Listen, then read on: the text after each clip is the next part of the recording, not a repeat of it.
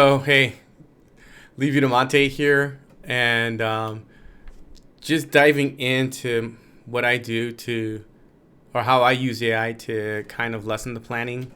And I'm now using here on ChatGPT, and I did ask it a couple of questions, and just to kind of be fair for what's going to happen tomorrow. Today's Monday here, and I have a class on Tuesday.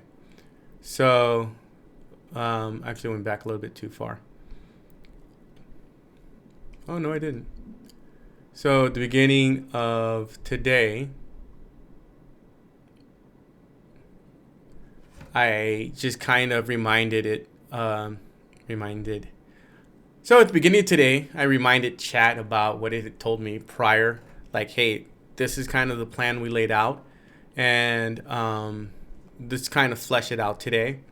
So on my syllabus, we'd been talking about idioms and what the goals and the focus for pronunciation is. And we're supposed to have a listening part, a speaking part, a group part. So it did remember that. Or actually, I copy and pasted it from there. Now, the next thing it did was like, okay, here's a good week 4. Wasn't that impressed with the little outline. But I did say, hey, look, we did question words already. Can you add in the do? So now they have a bunch of do words here. It's all present tense. I didn't really like that. So I said, hey, you know what? To kind of let you know what's going on, we already did past tense. So let's do versus did. And I really wanted to get into some total physical response kind of lessons. And since we're working with computers in class anyway, I thought this would be the best opportunity. And so now we have some TPN instructions trying to get to use Google Docs, right? Did you open the browser? Did you type google.com? Did you click on the menu? I'm going to make these imperative, like just commands, simple commands instead of questions. But I did appreciate the fact that it asked questions. So maybe I will read these as instructions, and then somebody who's working in a role of IT can ask them these questions like, here, I'm here to help. And so we'll do a little bit of role play, which will be cool. And so now, with all that being said, I said, okay, let's go ahead and resync for week 4. And of course, I want to do some kind of September 11th remembrance to kind of work that in. Even though we're using computers and stuff, I think it's important to remember. And so I reminded it of the daily itinerary. And going then again, I said, okay, give me one for just Tuesday. And here's kind of what they came up with. I asked for a drill because we drill all the time. So I do like the fact that they chat produced both the IPA sound and gave us a word. It definitely helps reinforce that we can use the IPA for sounds for symbols for consistent sounds. So these are not English speakers, and our alphabet is crazy trying to instill this IPA, and I need to do something a little bit more explicit, but okay. And I think I asked for some more charts here.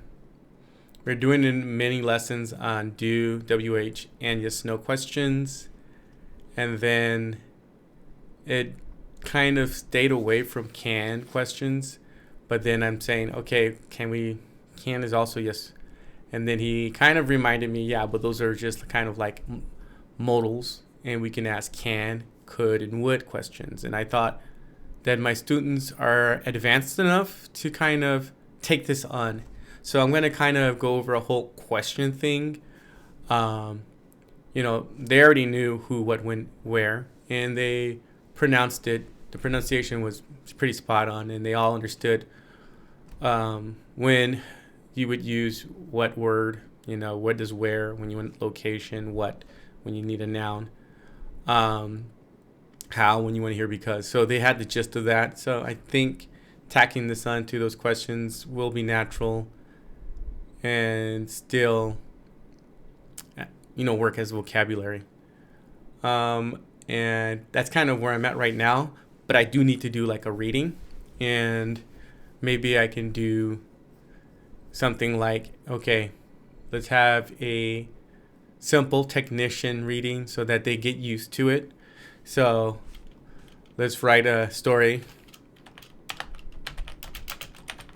where IT help desk helps a student with Notebook LM, because we use Notebook LM a lot, and that was very successful the last time.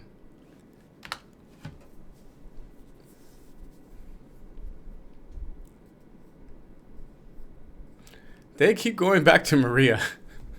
That's pretty funny. And now I have a nice little story, and they gave me some nice follow-up questions. So tomorrow, I think I'm pretty much ready. I do want to add some music, because learning through music is also great for pronunciation. And every time I try to get to the music, I've done a lot of review, but now I'm going to force the music. And since the 1.8 billion Powerball was just won over the weekend, I think I Want to Be a Billionaire with Bruno Mars is a good lyric to kind of study. So let's go ahead and focus on that. So today's the music for the lesson will be, and I know it's not Bruno Mars, it was somebody else.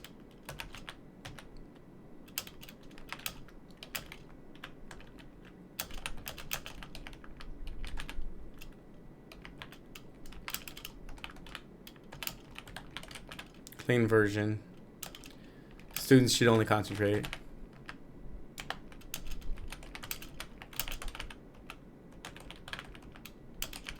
on the chorus. Wow. Real embarrassing when you misspell.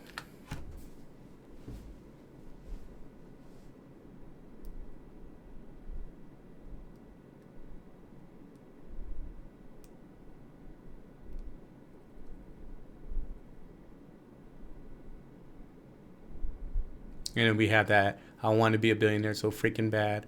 Buy all of the things I've never had. I want to be on the cover of Forbes magazine, smiling next to Oprah and the Queen.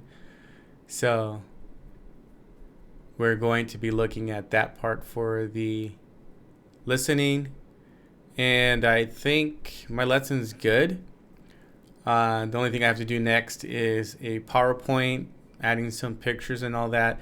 And I'll do that. I'll speed it up and I can show you what that end looks like. But I really am right now at this point. Will copy paste. Well, actually, I should probably have a quiz on question. Ooh. I think I'm about to make a Kahoot. I'll add some Kahoot in there. But my lesson pretty much done. Thank you to AI. I have a video up about how I used Gemini, which is Google's AI platform. And it helped create a very compelling quiz, interactive quiz, using Google Apps scripts. And if you haven't seen that and you don't know what Google Apps script is, this kind of walks you, skims the surface, the video. I'll do a deeper dive when we get into coding. Right now, we're far from that. I'm just trying to be very practical and trying to get teachers to see just the immense power behind artificial intelligence and what it can really do in a very practical sense, deliver hands-on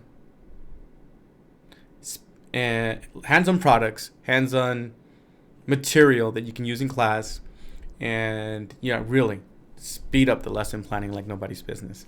All right. Thanks. We'll see you later.